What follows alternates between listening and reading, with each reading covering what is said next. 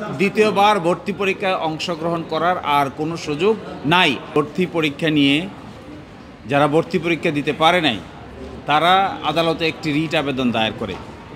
আমরা ঢাকা বিশ্ববিদ্যালয়ের পক্ষে আদালতে শুনানিতে অংশগ্রহণ করি। এই ঢাকা বিশ্ববিদ্যালয়ের দ্বিতীয়বার ভর্তি পরীক্ষা দিতে পারবে না এই যে প্রজ্ঞাপন, এই প্রজ্ঞাপনকে চ্যালেঞ্জ করেই এই রিট পিটিশন দায়ের করা হয়। আজকে আদালত শুনানি অন্তে তাদের এই রিট পিটিশনটি উত্থাপিত হয়নি মর্মে খারিজ করে দেন, অর্থাৎ যাকে বলা হয় নট প্রেস রিজেক্টেড। এর কারণ হলো এই বিষয়ে অতীতে আদালতে এসেছিল। ঢাকা বিশ্ববিদ্যালয়ে 2014 সালে এই সিদ্ধান্ত নিয়েছিল যে দ্বিতীয়বার ভর্তি পরীক্ষা দেওয়া যাবে না।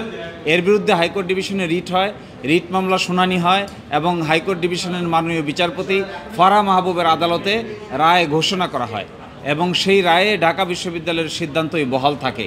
তার বিরুদ্ধে তৎকালীন সুপ্রিম কোর্টে একটি আপিল দায়ের করা হয়।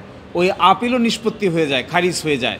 এই সব কিছু জানা সত্ত্বেও আজকে আবার একই বিষয়ে হাইকোর্ট বিভাগে আরেকটি নতুন মামলা নিয়ে আসা হয়।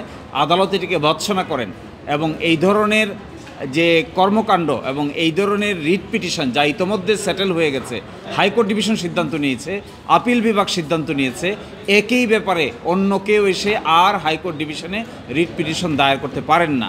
যদি কিছু করতে হয় তাদেরকে সুপ্রিম কোর্টে যেতে হবে। হাইকোর্ট ডিভিশন এই ব্যাপারে আর এন্টারটেইন করতে পারবেন না। এই জিনিসগুলো বিবেচনায় নিয়েই ঢাকা বিশ্ববিদ্যালয়ের সিদ্ধান্ত বহাল থাকলো এবং এই রিট পিটিশনটি উত্থাপিত হয়নি মর্মে খারিজ করে দেওয়া হয়েছে।